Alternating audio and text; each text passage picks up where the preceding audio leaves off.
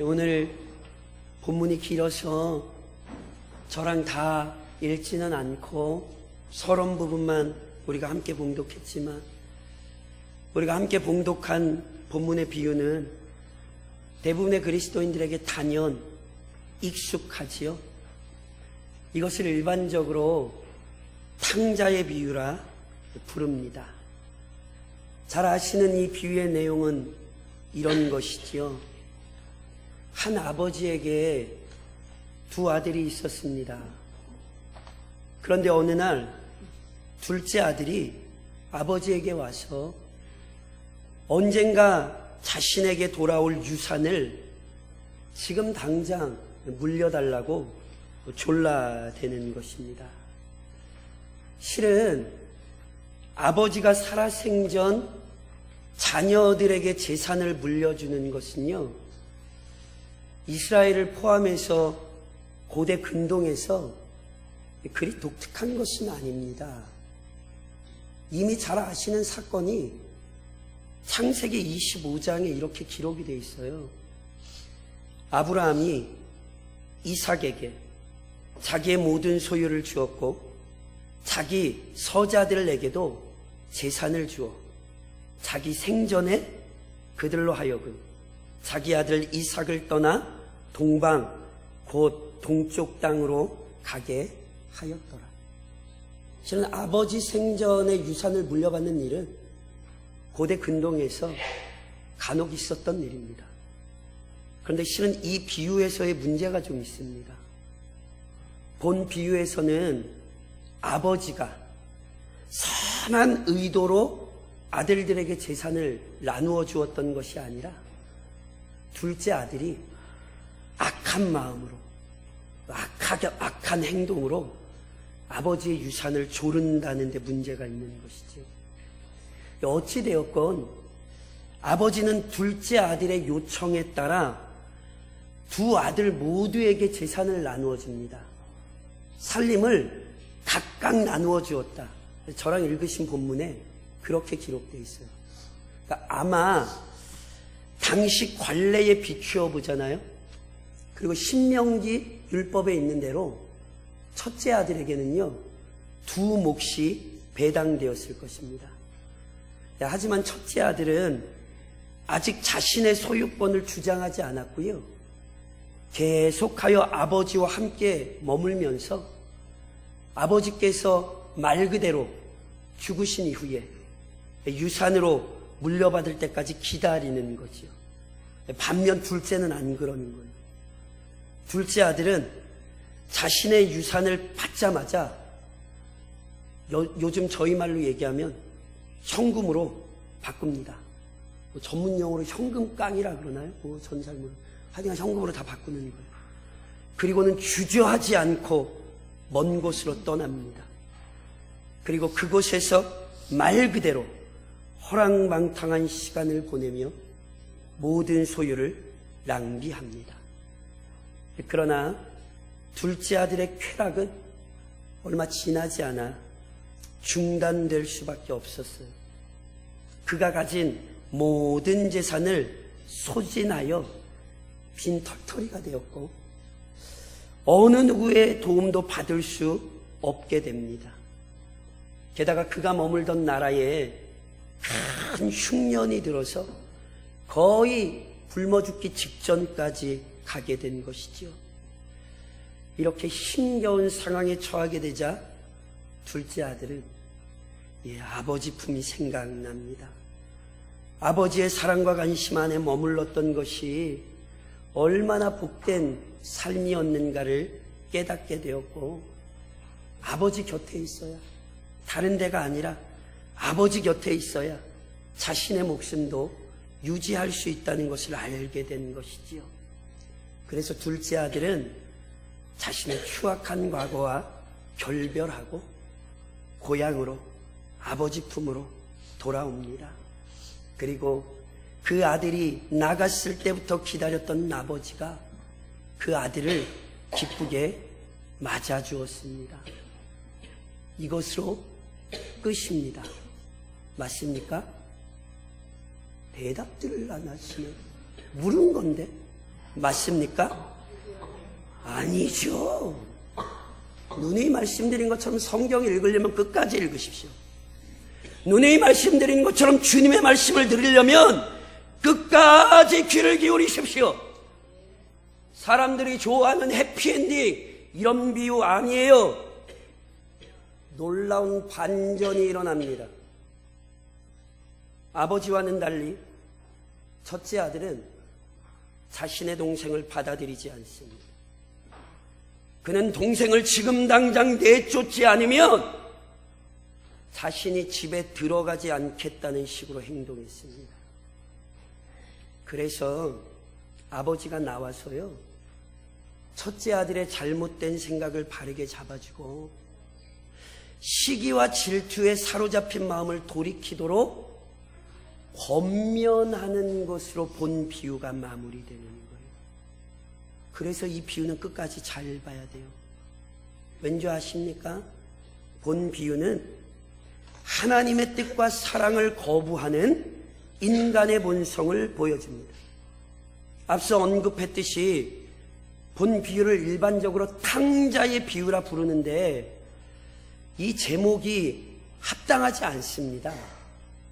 왜냐하면 우리는 자꾸 이 비유에서 둘째 아들을 생각을 하는데 본 비유에서 중요한 인물은 둘째 아들이 아닙니다, 실은. 그리고 탕자의 비유라는 말 자체가 틀린 게 실제적으로 본 비유를 들여다보면 탕자가 아니라 탕자들이에요. 탕자는 한 명이 아니라 두 명입니다. 먼저 본색을 드러낸 탕자가 둘째입니다. 둘째 아들은 아버지와 함께 머물고 있는 것을 싫어했어요. 너무도 당당하게 유산을 요구하는 둘째 아들의 모습은요, 이 상황을 전혀 모르는 사람이 보면 마치 지금이라도 당장 그의 아버지가 죽는 것 같이 생각할 지경이에요. 그런 정도로 둘째 아들의 행동은 부당해요. 그는 아버지의 그늘 아래 자신이 지금까지 보호받았다는 사실을 까맣게 잊고 있어요. 그 사랑 때문에 자신이 지금까지 풍족한 삶을 살았다는 것도 감사하지 않습니다. 오히려 그는 어떻게 해서든지 아버지를 떠난 삶을 동경했어요. 아버지의 보호와 아버지의 권위 그거 떠나면요, 자기가 누구보다 자유롭게 살 수 있을 것이라 여긴 거예요. 그래서 그는 유산을 받아 먼 곳으로, 왜 먼 곳으로 가요? 아버지의 손길 안 닿는데, 아버지와 상관없이 살 수 있는데 그곳으로 떠나는 거지요. 그리고 그곳에서 자기 멋대로 사는 거예요. 실은 정상적인 사람이라면 이러한 둘째 아들의 행동과 생각이 얼마나 미련한지 잘 알지요. 부모들은 잘 아시잖아요. 부모만큼 자녀를 걱정하고 아끼는 사람 실은 없습니다. 부모의 애정과 관심을 귀찮아하고 거추장스럽게 여기는 것은요, 아시잖아요. 이건 철부지리들이 나는 행동이에요. 이처럼 둘째 아들은요, 아버지의 사랑을 거부하는 어리석음에 사로잡혀 있는 거죠. 동시에 드러난 행동의 방식은 다를지라도 첫째 아들 역시 탕자입니다. 즉, 아버지의 뜻과 사랑을 이해하지 못하고 있는 것은 첫째 아들도 매 한 가지입니다. 분명 첫째 아들은 아버지의 유산을 요구하지도 않았고 아버지를 떠나지도 않았습니다. 그는 분명 아버지와 함께 살고 있어요. 하지만 그의 마음과 뜻은 자신의 아버지와 일치하지 않았습니다. 아버지가 얼마나 애타는 마음으로 집 나간 동생을 기다리고 있었는지를 누구보다 잘 알고 있을 사람은 첫째 아들이에요. 그러나 그는 아버지의 마음을 이해하지 못한다니까요. 이해하지 못하는 정도가 아니에요.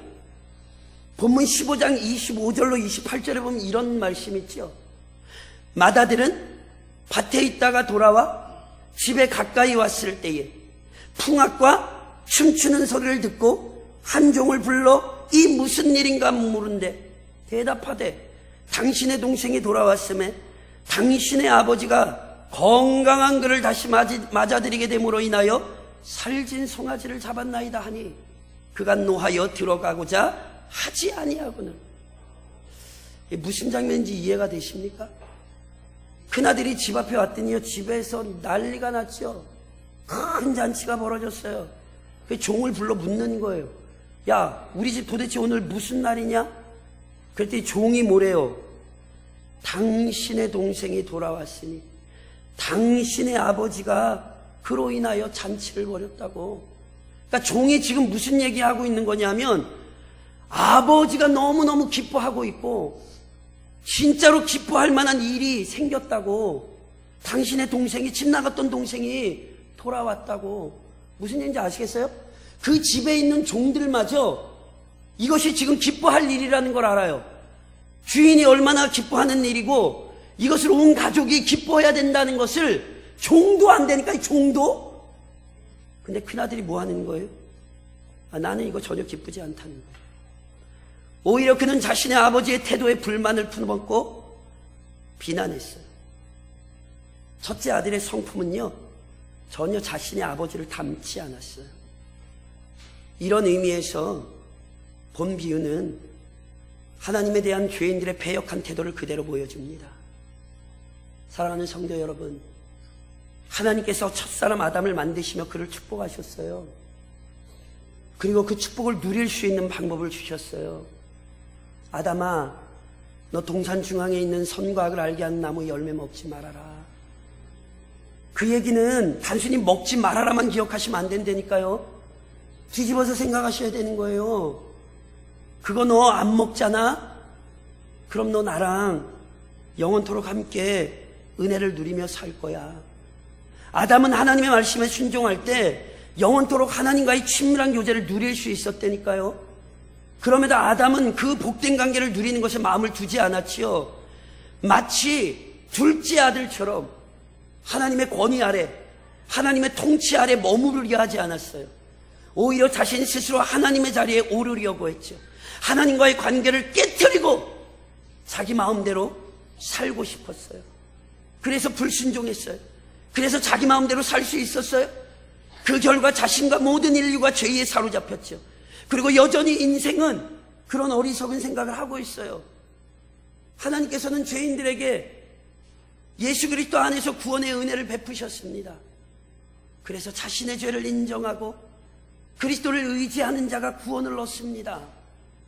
그런데 어떤 일이 일어나지요? 마치 첫째 아들이 아버지께서 행하신 일을 거부하는 것처럼 어리석은 죄인들이 하나님께서 허락하신 구원의 방법을 멸시해요. 예수 그리스도를 거부하고 그 십자가를 모독해요. 지금 이 비유의 상황은 여전히 이 땅 가운데에서 이루어지고 있지요. 어리석은 인생들이 하나님과 그분의 뜻을 거부하고 있어요. 이것이 본 비유가 우리에게 가르치는 것입니다. 더 나아가 본 비유는 하나님을 떠난 인간의 비참함을 보여줍니다. 둘째 아들이요, 아버지의 유산을 물려받자마자 지체하지 않고 먼 타국으로 떠났습니다. 이때 둘째 아들은요, 정말 자신의 인생을 즐길 수 있을 것이라고 생각했어요. 하지만 둘째 아들의 생각이 얼마나 어리석은 것이었는지가 확인되는 데에는 그리 오랜 시간이 걸리지 않았잖아요. 그가 가진 모든 것들 순식간에 사라졌습니다. 그리고 아무도 그를 도와주지도 않고 보살펴주지도 않았습니다. 특히나 예수님께서 말씀하신 이 비유에서 둘째 아들의 비참함이 정말 잘 표현된 부분이 있어요. 우리가 유대인들이 아니라서 이걸 잘 못 느끼는 거예요. 본문 15절로 16절에 이런 말씀이 있거든요. 가서 그 나라 백성 중 한 사람에게 붙여 사니 그가 그를 들로 보내어 돼지를 치게 하였는데 그가 돼지 먹는 쥐염 열매로 배를 채우고자 하되 주는 자가 없는지라. 이 말이 지금 무슨 얘기냐면 빈궁해진 둘째 아들이 어떻게 해서든지 목숨을 좀 유지하려고 스스로 이방인의 종이 되는 거예요. 그때 이 이방인이 이 둘째 아들을 돼지를 치게 하는 거거든요. 혹시 우리 여기 돼지 치는 분 안 계시죠? 혹시 돼지 치시거나 치시는 분들 있으면 오해하지 마십시오. 이건 당시 문화적인 배경이 그런 것입니다. 본래 유대인들은요, 율법의 가르침에 따라 돼지고기 부정하게 여겼고요. 어느 정도냐면 돼지고기를 쳐다보지도 않았어요.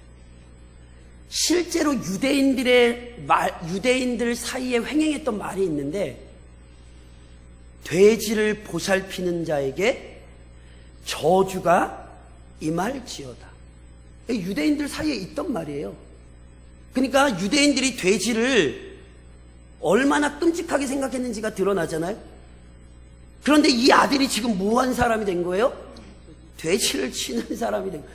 그러니까 이게 유대인들에게 이게 지금 굉장히 치욕스러운 거예요. 심지어 돼지가 먹는 걸 같이 먹으려고 하는데 그것도 못 먹죠.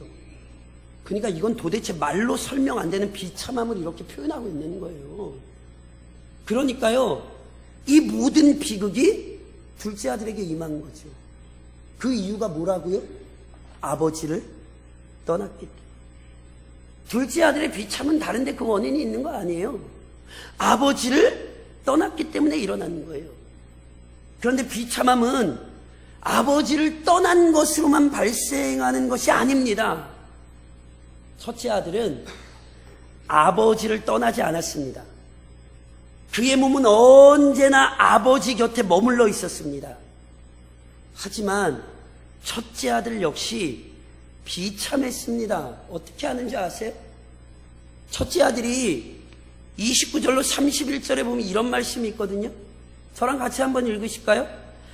아버지께 대답하여 이르되 내가 여러 해 아버지를 섬겨 명을 어김이 없거늘 내게는 염소 새끼라도 주어 나와 내 벗으로 즐기게 하신 일이 없더니 아버지의 살림을 창녀들과 함께 삼켜버린 이 아들이 돌아오매 이를 위하여 살진 송아지를 잡으셨나이다. 아버지가 이르되 예, 너는 항상 나와 함께 있으니 내 것이 다 내 것이로되. 이 대화를 이해를 좀 하시겠어요? 이 대화가 지금 첫째 아들의 현실을 보여줘요. 아버지는요, 이미 둘째 아들 재산 떼줄 때 큰아들은 두 몫을 떼줬어요. 아버지의 것이 누구 거예요? 아들의 것이에요. 아버지는 이 사실을 한 번도 부인한 적이 없어요. 그런데 아들은 그런 생각 전혀 못해요. 오히려 아들은 아버지를 아버지로 여기는 것이 아니라 아버지를 자기를 고용한 주임처럼 여기고 있어요. 이 양반 아들이거든요. 그런데 지금 종처럼 살고 있어요. 마치 아버지가 자신이 열심히 일하기 때문에, 자신이 수고를 많이 하기 때문에 자신을 아들로 여긴다고 착각하고 있다니까요. 그래서 비참한 거예요. 아들인데 아들이 아니에요. 아버지를 아버지로 여기고 있지 못해요. 성경은요, 탕자가 두 사람이라고 얘기한다니까요. 그리고 이것이 모든 죄인의 현실이에요. 본래 아담은 하나님께서 가장 영광스러운 신피조물로 창조하였습니다. 그래서 인간은요, 하나님과 교제할 수 있었고요, 하나님을 대신하여 만물을 통치했어요. 그런데 인간이 죄를 범하자 어떻게 되었습니까? 죄 짓자마자 그렇게 친근한 아버지였던 하나님을 피해 도망가요. 그렇게 친밀하게 교제했던 하나님에게서 숨는 자가 되어버려요. 하나님을 더 이상 아버지라고 생각할 수가 없어요. 그걸로 끝났나요? 로마서 1장이 우리에게 이렇게 알려주죠. 스스로 지혜 있다 하나 어리석게 되어 썩어지지 아니하는 하나님의 영광을 썩어질 사람과 새와 짐승과 기어다니는 동물 모양의 우상으로 바꾸었느니라. 하나님을 피해 도망가는 정도가 아니에요. 허망하고 헛된 것을 하나님처럼 만들어버려요. 그리고 그것을 하나님인 줄 알고 의지해요. 우리에게 능력이 되지 않을 돈을 의지하고, 우리를 보호해주지 못할 건강을 의지하고, 언젠가는 다 사라질 권세를 마치 내 보호자인 것처럼, 내 인생을 형통하게 할 것인 것처럼 그 의상을 붙들고 우상을 하나님처럼 생각하고 살아요. 이것이 죄인들의 모습 아닙니까? 마음에 물으셔야 합니다.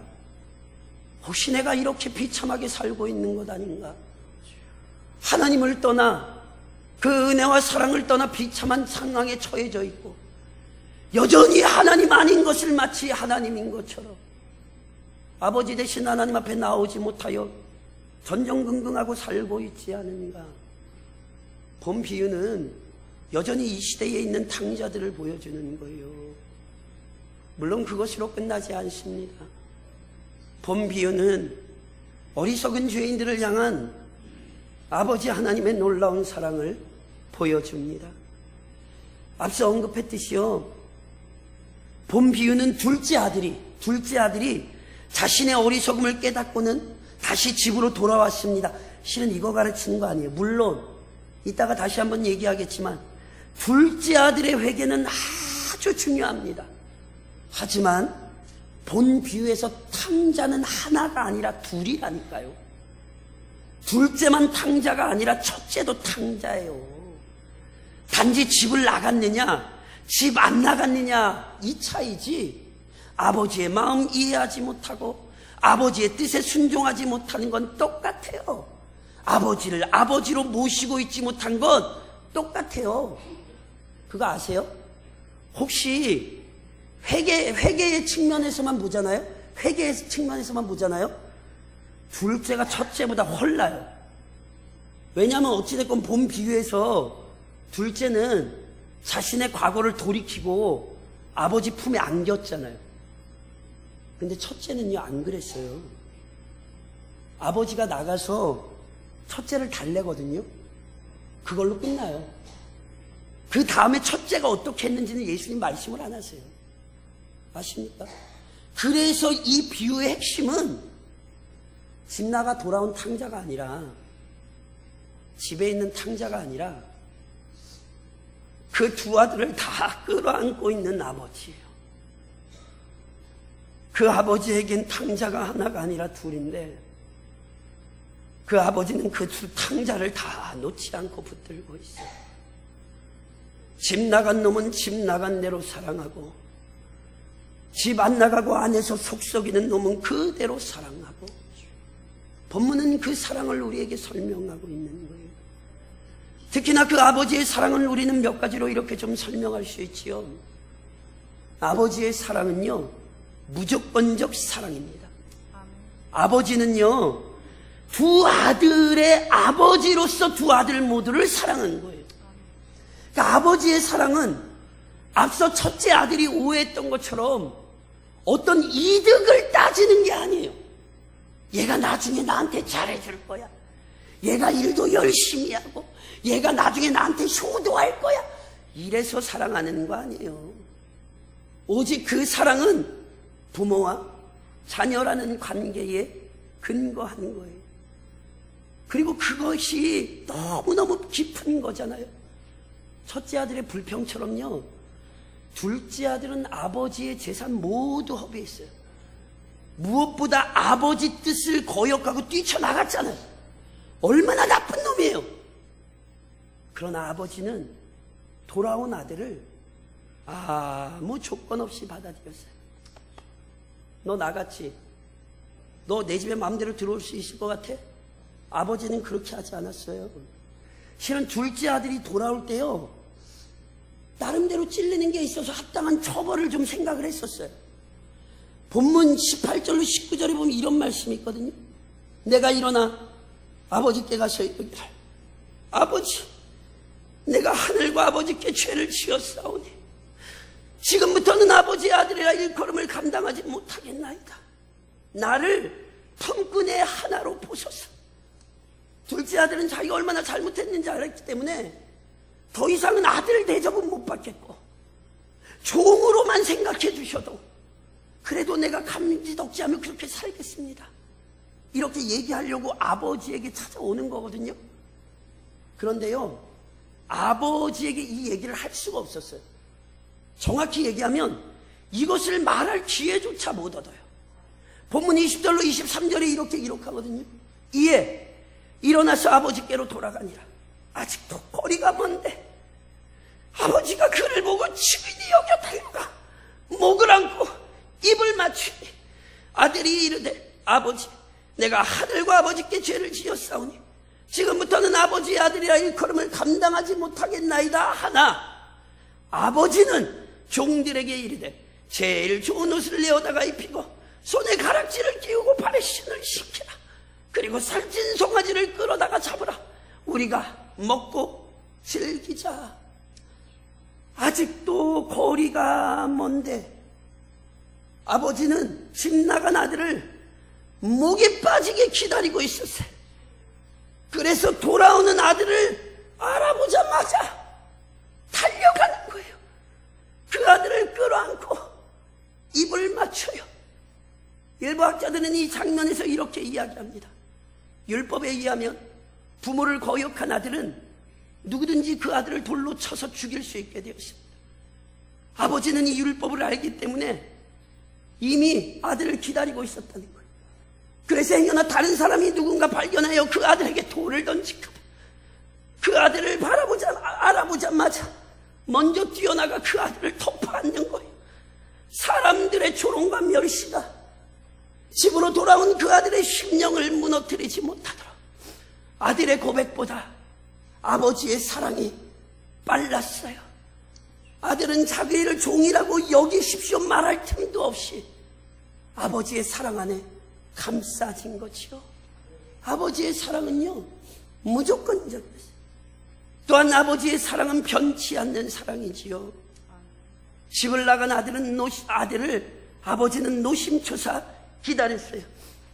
그 아들이 돌아오자마자 기다렸다는 듯이 그 아들의 권위를 회복시켜요. 아들이 걸치고 있던 그 더러운 누더기를 벗기고 아름다운 옷으로 갈아입히지요. 여러 가지 일들로 인해 거칠어진 그의 손에 자신의 아들, 주인의 아들이라는 권위를 확인시키는 가락지를 손가락에 끼워주지요. 원래 종들은 신발을 신을 수 없어요.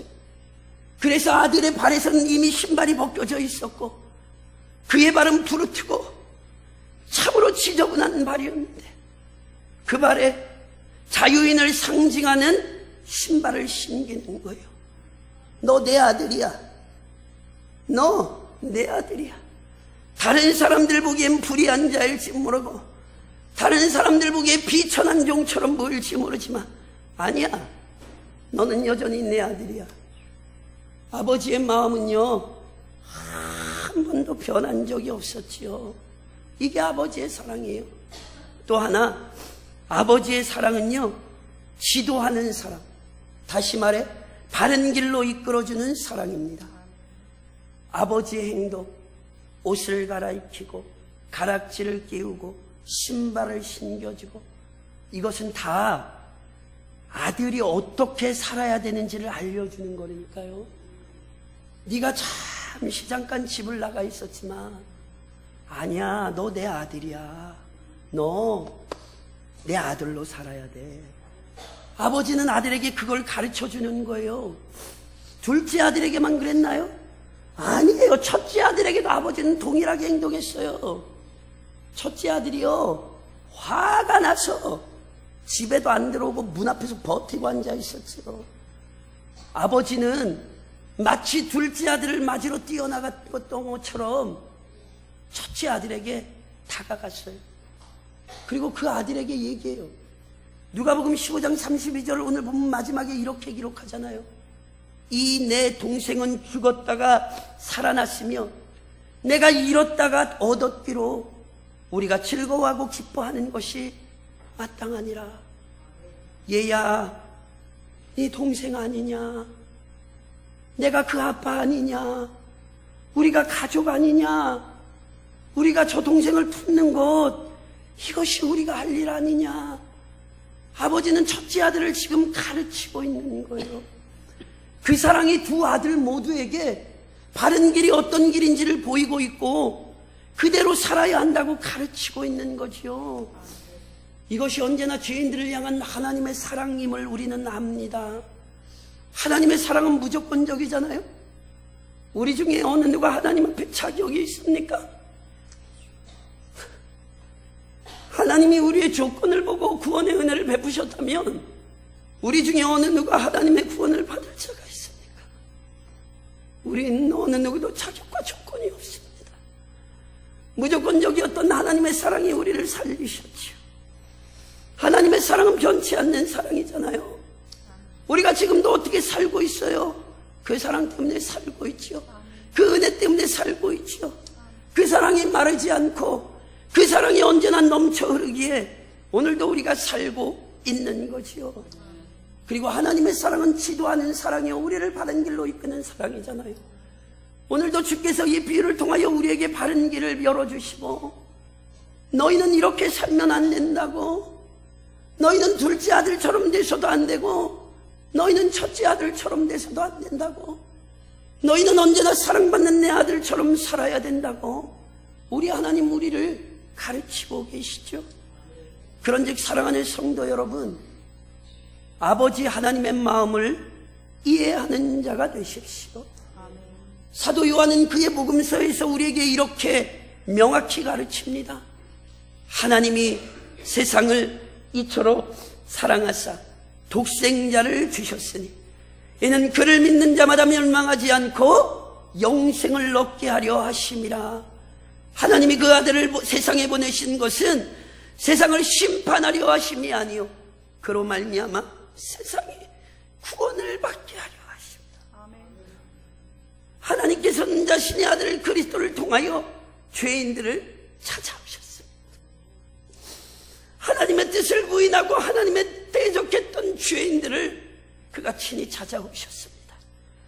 이것보다 더 놀랍고 위대한 사랑이 어디 있습니까? 이것은 사람이 만들어낸 이야기가 아니라 인류 역사 속의 실체로 성취된 은혜입니다. 그런즉 이 연약하고 배역한 죄인들을 향한 우리 하나님의 사랑을 의심하지 마십시오. 실은 두 아들 모두 아버지의 사랑을 확신하지 못했습니다. 그리스도인들 역시 이러한 불신에 사로잡힐 때가 있죠. 우린 다 똑같아요. 때로 삶이 어려우면 믿음이 흔들릴 때가 있어요. 하나님이 왜 이런 일을 주실까? 하나님이 왜 이렇게 괴롭게 하실까? 우리는 누구나 다 그렇게 흔들릴 때가 있죠. 사단의 갖가지 공격이 우리를 향해 올 때 우리는 때로 흔들려요. 제일 못 참겠는 건 나 자신이잖아요. 연약함이 내 안에 있는 걸 알거든요. 믿음대로 살아보려고 노력 안 하는 건 아닌데 쓰러지고 넘어지고 마음 좀 다스려보고 생각 좀 다스려보려고 나름 분투하는데 욱하는 성질 때문에 그게 잘 안 되죠. 우린 알아요. 그래서 흔들리죠. 그러나 그럴 때일수록 십자가를 묵상하십시오. 바울이 로마서 5장 8절에서 우리에게 무엇을 가르칩니까? 우리가 아직 죄인 되었을 때에 그리스도께서 우리를 위하여 죽으심으로 하나님께서 우리에 대한 자기의 사랑을 확증하셨느니라. 우리가 가치 있어서가 아니라 우리가 죄인이었을 때 그 아들을 우리를 위하여 죽이셔서 그 사랑의 변함없는 사실을 확인시켜 주셨죠. 그러니 십자가를 기억하며 날마다 그 사랑을 의지하십시오. 의지하되 그 사랑을 풍족히 누리십시오. 히브리서 4장 16절이 우리에게 무엇을 가르칩니까? 그러므로 우리는 긍휼을 하심을 받고 때를 따라 돕는 은혜를 얻기 위하여 은혜의 보좌 앞에 담대히 나아갈 것이니라. 은혜를 부어주실 아버지 없는 것처럼 살지 마세요. 하나님 없는 것처럼 방황하지 마시라고요. 우리는 언제나 그리스도의 십자가 아래 엎드려 하나님의 은혜를 구할 수 있으니 때를 따라 돕는 은혜, 매 순간 돕는 그 은혜를 간구하십시오. 그래서 그 은혜 안에 허비하는 인생을 살지 마십시오. 둘째 아들이 사용한 모든 것은 아버지 거예요. 근데 둘째는 지 것처럼 착각한 거예요. 내놓으라고. 그 내 거 아니냐고. 얼마나 어리석은 인생이에요. 그런데 이스라엘 백성 역시 그랬거든요. 호세아서 2장 8절에 보면 이런 말씀이 있어요. 곡식과 새 포도주와 기름은 내가 그에게 준 것이요, 그들이 바알을 위하여 쓴 은과 금도 내가 그에게 더하여 준 것이거늘 그가 알지 못하도다. 하나님께서 이스라엘 백성에게 먹을 것을 주시고 입을 것을 주셨는데 그게 마치 바알이 준 것처럼 착각하고 살았어요. 마치 자신들이 만들어낸 것처럼 착각하고 살았다니까요. 그러니 오늘 내가 이 착각에 있지 않은지 보셔야 돼요. 하나님께서 내게 다 주신 건데 마치 내가 잘나서 지금 누리고 있는 것처럼 착각하시면 안 돼요. 시편 127편이 우리에게 무엇을 가르칩니까? 여호와께서 집을 세우지 아니하시면 세우는 자의 수고가 헛되며 여호와께서 성을 지키지 아니하시면 파수꾼에 깨어있음이 헛되도다. 너희가 일찍이 일어나고 늦게 누우며 수고의 떡을 먹음이 헛되도다. 추수의 계절이요, 한 해를 마무리하는 이 시점에 올 한 해 여러분의 삶을 어떻게 돌아보고 계십니까? 혹시 본인이 잘해서 지금까지 이렇게 살아온 것 같으세요? 다음 주 추수감사주일이죠. 누누이 말씀드리죠. 하나님이 우리에게 딸랑 돈 몇 푼 원하시는 하나님 같으세요?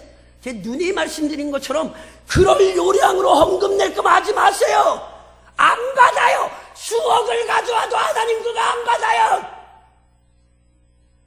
사람들 보기에 자랑질이 나고 자기 보기에 떳떳해 보일지 몰라도 그거 헌금 아니에요. 하나님 못 속여요. 내가 진짜 하나님 앞에 감사하는 마음으로 예물을 들고 오는지 하나님은 의지하지도 않으면서 체면치레하려고 그렇게 나오는지 하나님 속이지 마십시오. 그리고 헛되이 사는 자가 되시면 안 돼요. 결산할 때가 있습니다. 우리 언젠가 금방 결산합니다. 그래서 오늘 우리에게 주신 것들을 지혜롭게 사용해야 돼요. 사도행전 20장에서 사도 바울이 뭐라고 고백해? 내가 달려갈 길과 주 예수께 받은 사명, 곧 하나님의 은혜의 복음을 증언하는 일을 마치려 하면은 나의 생명조차 조금 더 귀한 것으로 여기지 아니하노라. 허비하는 인생이 되지 마시고 하나님 주신 것으로 하나님의 영광을 위해 살아가는 믿음의 인생이 되십시오. 그리고 그 모든 과정 속에 하나님의 기쁨에 동참하십시오. 본 비유는 앞선 비유들과 이어지고 있어요. 지금 누가복음 15장에는 세 가지 비유가 나와요. 지난 시간에 살펴봤던 잃은 양의 비유, 두 번째 잃은 드라크마의 비유, 세 번째 잃은 아들의 비유. 이 세 비유는 연결되고 있어요. 무슨 얘기인지 아세요? 지난 시간에 저랑 살펴보셨죠? 이 비유를 들어야 되는 사람들이 있어요. 특히나 바리새인과 서기관들이에요. 지난 시간에 제가 누가복음 15장 7절 이런 말씀드려요. 내가 너희에게 이르노니 이와 같이 죄인 한 사람이 회개하면 하늘에서는 회개할 것 없는 의인 99으로 말미암아 기뻐하는 것보다 더하리라. 회개할 것이 없는 의인 99이 누구라고요? 회개할 것이 없는 자기를 의인이라고 착각하는 바리새인들과 서기관들이에요. 하나님은 회개를 기뻐하시는 하나님인데 그 하나님 앞에 회개할 생각은 하지 않고 회개를 촉구하러 오신 주님을 부인하는 거예요. 본 비유에서도 실은 둘째 아들은 세리와 창녀들 같아요. 그들은 자신의 죄를 깨달아 알고 아버지 하나님께 돌아왔어요. 그런데 바리새인들과 서기관들은 첫째 아들 같아요. 아버지께서 하시는 일을 비판하고 앉아있어요. 아버지께서 하시는 일을 거부하고 있어요. 그들은 그 마음과 생각이 아버지를 닮아 있지 않아요. 오늘 우리는 아버지를 닮는 자가 되어야 합니다. 하나님의 기쁨이 우리의 기쁨이 되어야 합니다. 하나님은 회개를 기뻐하실 뿐 아니라 하나님을 잃은 자를 찾는 것을 기뻐하십니다. 하나님은 죄인을 불러 그의 영광스러운 나라에 들여보내시는 분이지요. 그리고 그 마음을 이 비유를 통해 알리셨어요. 우리 믿음의 선배들은 하나님의 마음을 그래서 알 때 반응했거든요. 이사야 6장 8절에 보면 이런 말씀이 있죠. 내가 또 주의 목소리를 들으니 주께서 이르시되 내가 누구를 보내며 누가 우리를 위하여 갈고 하시니 그때에 내가 이르되 내가 여기 있나이다 나를 보내소서. 이사야는요 죄인들 속에 하나님의 말씀을 선포하는 것을 자기의 소망으로 삼았고 하나님의 기쁨에 동참하는 것을 자기의 기쁨으로 삼았던 거예요. 그래서 하나님 날 보내주시며 하나님 내가 하나님의 기쁨에 동참하고 영광스러운 주의 교회를 세우겠습니다. 이사야는 그렇게 결단했던 것이죠. 우리 역시 마찬가지입니다. 아름답고 영광스러운 교회의 공동체를 이루는 일에 동참하십시오. 물론 우린 다 부족하고 연약해요. 본 비유를 살펴봤잖아요. 많이 아시는 것처럼 이 비유 탕자의 비유 무슨 얘기냐면 한국 교회가 둘째 아들에게 관심이 굉장히 많았어요. 그러니까 실은 둘째 아들 얘기를 좀 하고 넘어가긴 해야 돼요. 둘째 아들요 나쁜 사람이에요. 진짜 나쁜 놈이에요.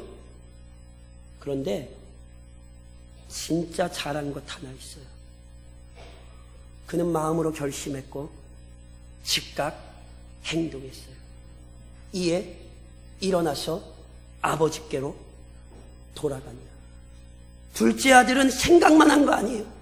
아버지께로 돌아갔어요.